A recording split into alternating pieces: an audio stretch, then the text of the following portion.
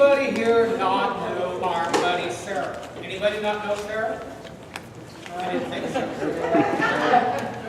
But I still want to remind us, give her a proper introduction. She graduated from Kansas State University in '78 with a doctorate of veterinary medicine. Which makes me 29. That's right. Your man's and she's still practicing veterinarian. She does own a small clinic, but she spends most of her time at the Wichita Veterinary Emergency Hospital. She bought her first Phalaenopsis after college. Her husband built on a 7 feet by 14 foot in the early 90s. Well, then they bought their house. They had it built, and she went up a little bit larger to a 30 by 48 greenhouse. And she says it's practically full. She's an accredited AOS judge, and she's had over a dozen of her plants awarded AOS.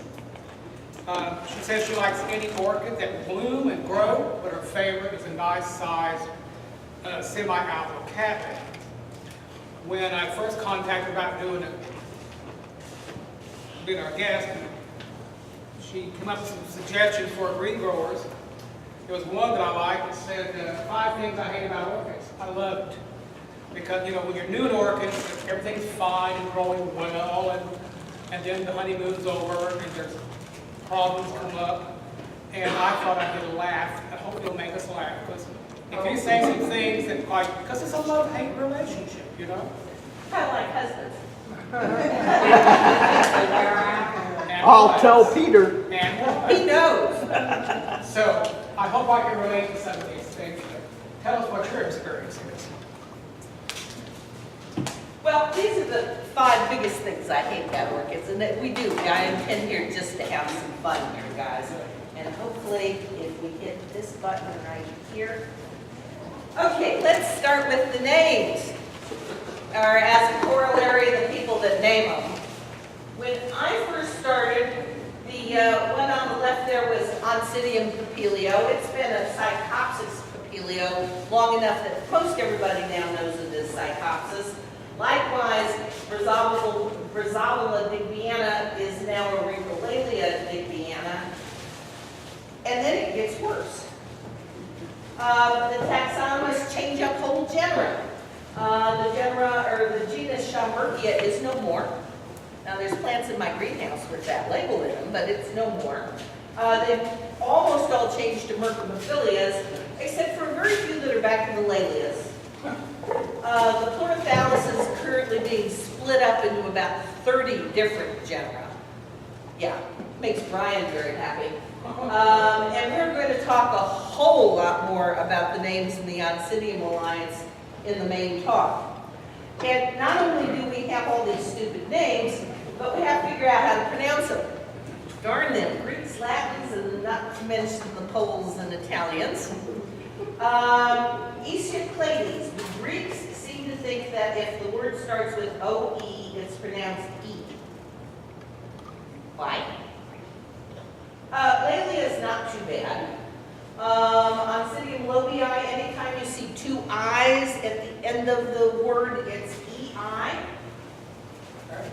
Okay, I think maybe that's Latin. Brazavilla, that one's not too bad, but that is kind of an Italian extraction. The next one, Cattleya varsovicii. There was a gentleman by the name of Josef Varsovich, who was Polish. They're the only people that spell like that in the world. I hope I'm not offending anybody. If you want to be an orchid professional, repeat after me. Varsovicii. Varsovicii. There you go. Because they named everything in his cousin after this guy. There's Cattleya varsovicii. There's a whole genus called Varsoviciella. There's lots of Varsovicias out there, and if you could say after me, Varsovicii. See, now you are an orchid expert. Because otherwise, how would you know how to pronounce that name? Where's the right side? Yeah, no, wrong. I know now. And I mean, even with something simple like Phalaenopsis, why is there an AE in there? It's Phalaenopsis. Somebody explained that it was a diphthong.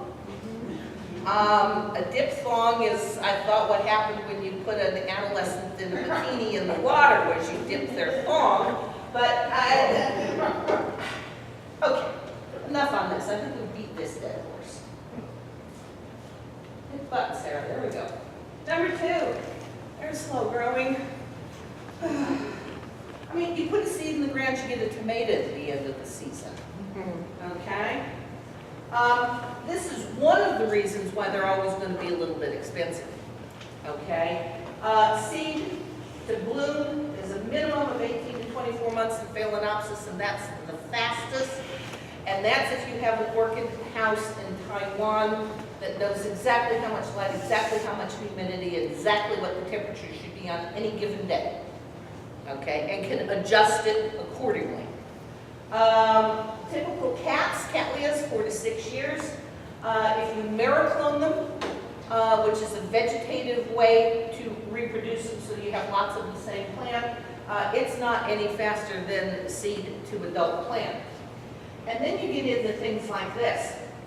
Paphiopedilum rothschildianum, this is the most gorgeous path you'll ever see. It throws a spike about like this, 4 or 5 of these absolutely glorious flowers. You cannot hardly buy a bad Roth, but you don't want to buy an adult one because they'll cost you hundreds of dollars. And the joke goes, when you buy your first seedling for 30 bucks with a leaf span about like this, that hopefully will bloom before you die. Mine has got a leaf span now about like this. I've probably had it 6 years. No, it has not bloomed. And I go out about once a week and tell it, bloom, you sucker. Nope, not there yet. And Grateful Leonis, this is another one. They're not terribly expensive in a 3-inch pot, and they're about this big. And 4 or 5 years later, they're about this big. And they still have bloom, and neither has mine. It's still alive forever. Hope springs eternal. Number 3, plants expand to overfill space available. That's how we got from the 14-foot greenhouse into the 30 by 48. And you've all probably experienced this. You got to buy just one more, or you buy the little plant that turns into the big plant, or you take the sort of big plant and think you're going to divide it up, and now you've got 6 of the stinking things. And then you hang them under the bench, and you hang them from the rafters, and you put another set of some things. I don't know where I'm going to put the next one in the greenhouse. We're getting ready to clean out the corner, and maybe I can get one more bench in there. Number 4, there's too many kinds of these things. And I will never manage to have one of each. Please notice that this does not prevent me from trying to have one of each, which is corollary to the previous slide. Depending on who you talk to, there's 17 to 35,000 species. And then we hybridize them. There's perennials, there's annuals, there's evergreens, there's deciduouses, there's epiphytes, grows on trees, lithophyites, grows on rocks, terrestrial in the ground, subterrestrial, never get out of the ground, tubers, leafless, etc., etc. There's orchids on every continent except Antarctica, and I don't know that they really look down there. And then last but not least, mine don't look like this. Darn it. That is a Dendrobium speciosum. It's a Australian native. The pot is approximately 4 foot in diameter. The award description says approximately 20,000 of the flowers.